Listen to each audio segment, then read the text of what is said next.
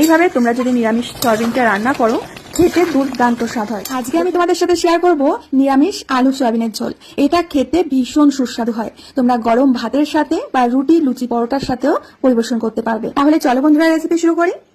সবার প্রথমে 1 cup soybean আমি গরম জলে ভালো করে ভিজিয়ে নিয়েছিলাম। তারপরে জল থেকে জল নিংড়ে নিংড়ে তুলে রেখেছি। আর এখানে আলু ঠিক এইভাবে কেটে নিয়েছি। তো চলো এখন আমরা রান্নাটা শুরু করব। গ্যাস ওভেনে একটা কড়াই বসিয়ে দিয়ে কড়ার মধ্যে দিয়ে দিচ্ছি পরিমাণ মতো সরষের তেল। এই রান্নায় তেলটা একটু বেশি লাগে। তো তেলটা খুব ভালো করে গরম হয়ে গেলে লবণ আর হলুদ দিয়ে দিচ্ছি। এবার কেটে রাখা আলুগুলো এর মধ্যে দিয়ে দেব। আলুগুলো বেশ লাল করে ভেজে নিতে হবে। আলুগুলো আমার ভেজে নেওয়া হয়ে গেছে, দেখতে পাচ্ছ একেবারে লাল লাল করে আমি ভেজে নিয়েছি। এবার তেল থেকে তুলে নেব।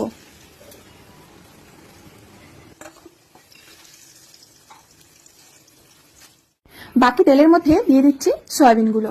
সয়াবিনগুলো বেশ লাল করে আমরা ভেজে নেব। আলাদা আলাদা করে অবশ্যই ভেজে নেবে, একসাথে ভাজতে যাবে না, তাহলে আলুগুলো আর সয়াবিনগুলো ভালো করে ভাজা হবে না। তো যতক্ষণ সয়াবিনটা ভাজা হচ্ছে আমরা একটা মশলা রেডি করব। আদা, কাঁচা লঙ্কা আর এখানে সাদা তেল দিচ্ছি 2 চামচ। অল্প জল দিয়ে এর একটা পেস্ট তৈরি করে নেব। অন্যদিকে আমাদের সয়াবিনগুলো বেশ লাল করে ভাজা হয়ে গেছে, দেখতেই পাচ্ছ। এখন সয়াবিনগুলোকে তুলে নিতে হবে। বন্ধুরা, একেবারে সিম্পল একটা রান্না, কিন্তু খেতে ভীষণ সুস্বাদু হয়। এখন কড়ার মধ্যে আমি আরো কিছুটা তেল দিয়ে দিচ্ছি। তেলটাকে বেশ ভালো করে গরম করে নেবার পর দিয়ে দেবো 2টো তেজপাতা আর দিয়ে দেবো গরম মশলা। এবার দিয়ে দেবো বেটে রাখা মশলা। মিক্সিটা ধুয়ে একটু জল দিয়ে দিচ্ছি।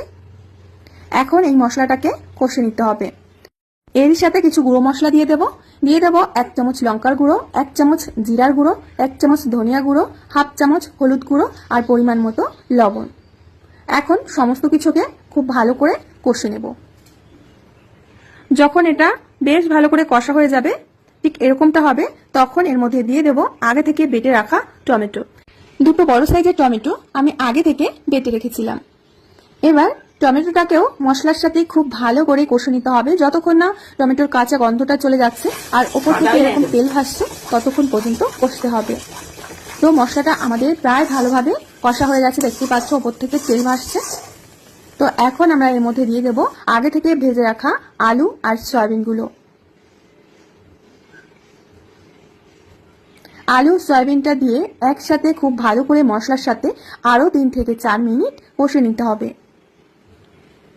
যখন বুঝবে যে কষতে কষতে কড়ার নিচে লেগে লেগে যাচ্ছে আর তেলটা গা থেকে ছাড়তে শুরু করেছে, তাহলে বুঝবে যে এটা কষা